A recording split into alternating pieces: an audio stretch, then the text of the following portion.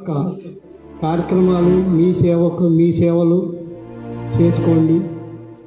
కానీ మనం ఎదటి వారిని ఇబ్బంది పెట్టే పనులు చేయకూడదు.